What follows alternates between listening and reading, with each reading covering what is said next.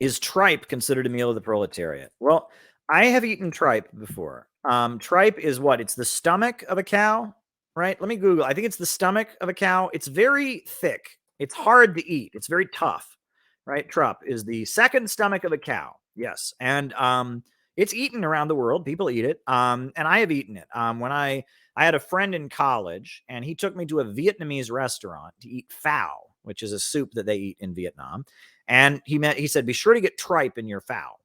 I said, okay. And I ate tripe. And it's tough. It's hard to bite through. It's like rubber. It's hard, but it's very good for you.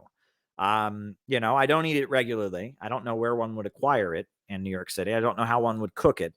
But yeah, I mean, I know about tripe, and I mean, it's a food. People eat it, right? You know, um, it's also an expression that means rubbish, but it is, yeah, it is a food. It is, you eat the stomach of an animal. And it's a meat, right? And that's like, you go back a few generations. Right? This is interesting, right? Back in the day when people would like, now we all buy meat at the grocery store. Now, if there's any vegans listening, like cover your ears. This is going to gross you out. Nowadays, we buy meat at the grocery store, right? We buy the meat, it's already cut, whatever. Didn't always used to be that way, obviously, right? Back in the day, I mean, people would slaughter one of their cows or one of their sheep. Um, and when you slaughter a cow or a sheep, you don't want to waste any of it. You don't want to waste any of it because if you waste it, well, then you paid for the whole cow and you're only going to eat part of it. I mean, that's a big waste, right? You talk about there's foods like scrapple, right? Have you ever had scrapple, right? A lot of the Amish people in Pennsylvania, they eat scrapple, right? And scrapple is basically, it's like a lot of things left over from when you butcher a cow, right? Mixed in with like lard and fat, right? And it's eaten by Amish people and Mennonites in Pennsylvania, right? And it's a food that most people are like, ew, I don't want to eat that. But think about it. You're trying to get everything you can out of the cow you just killed. There you do. You do it. And haggis, right? That's the other example of that, right? Scotsmen, they like their haggis, right? Well, what is haggis, right? Haggis, right? Haggis, right? Well, it's a Scottish food and it's a similar thing. It's everything left over from the sheep. After you kill the sheep, it's heart and liver and lungs and all of that mixed up with onions, and it's haggis. um you know this all sounds very gross, but think about it though. I mean, if you actually own the animal, you're not buying the meat at the grocery store, you actually own the animal, you're going to try to get everything out of that animal you possibly can. So people come up with different things to eat from the animal you would not normally eat. So I apologize if there's anyone vomiting right now, but I'm just, yeah, that's a thing. I have eaten tripe before, and I mean, it's good. Apparently it's quite good for you.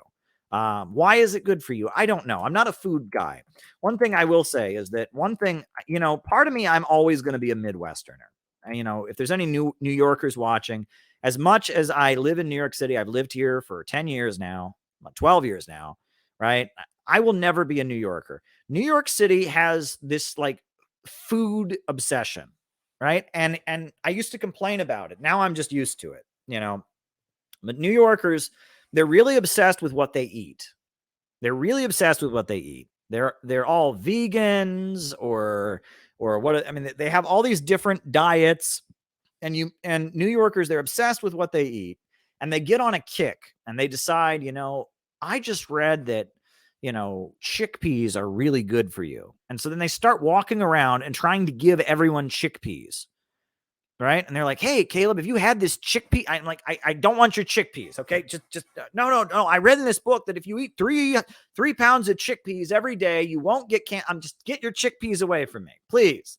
Right. Or they alfalfa sprouts. And so they're walking around and they got like a tub of alfalfa sprouts. How, Caleb, according to this article I just read on the food, alfalfa sprouts, like, get your alfalfa sprouts away from me. I'm not going to eat your alfalfa sprouts, man.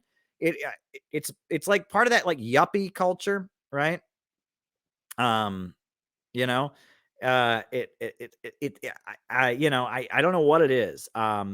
you know but it's part of that yuppie culture where it's like they're very into eating healthy, right?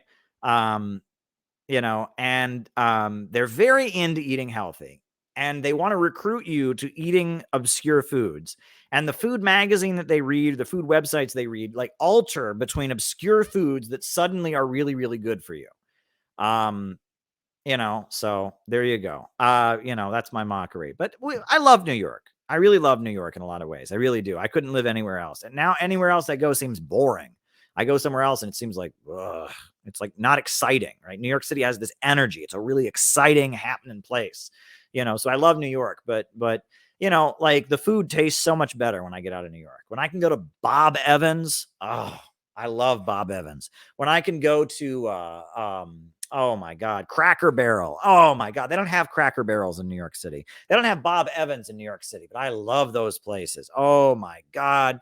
In New York City, you can get some good Texas barbecue. They do have that. Barbecue, they do have that. So that tastes kind of like good food, but my God, Bob Evans and oh man, Bob Evans and Cracker Barrel and oh man, they don't have that in New York City. Oh no, they don't. They don't have that fattening all-American food, that stuffing that goes into the turkey. Golden Corral. Oh yeah, who loves a Golden Corral? They don't have those in New York City. They don't have Chinese buffets, They used to have those. When I first moved to New York, there were a couple Chinese buffets. But now they don't have those in New York. There's one near Times Square and it's awful. It doesn't have all the stuff I like at Chinese buffets. You go to one of these Chinese buffets, all you can eat for $10. You go and you give them $10 and you can eat all the Chinese, fatty Chinese food you want. I know it's bad for you. It's very, very bad for you, but it's heavenly. It's heavenly, right? I miss my Midwestern fattening, my Southern Midwestern fattening American food that is awful for my health. I miss it, right? I miss it. I really, really do miss it, right? And I miss getting in a car and driving away after you eat it, right? Here in New York City, if you want to go someplace to eat, you go there and then I have to walk all the way to the subway and like sit on the subway. But, in the Midwest, right? It's probably why people have gained so much weight out there. But, you get in your car and you drive to the Golden Corral and you go to the Golden Corral and you eat all the food you can possibly eat. And then you get back in your car and you drive home and you sit on your couch and you turn your TV on and they wonder why America has a weight problem.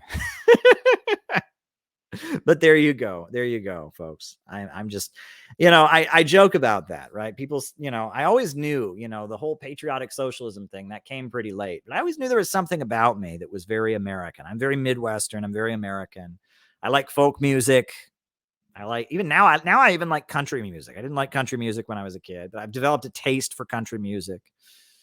I'm religious. I have a Christian way of viewing things. I'm very American.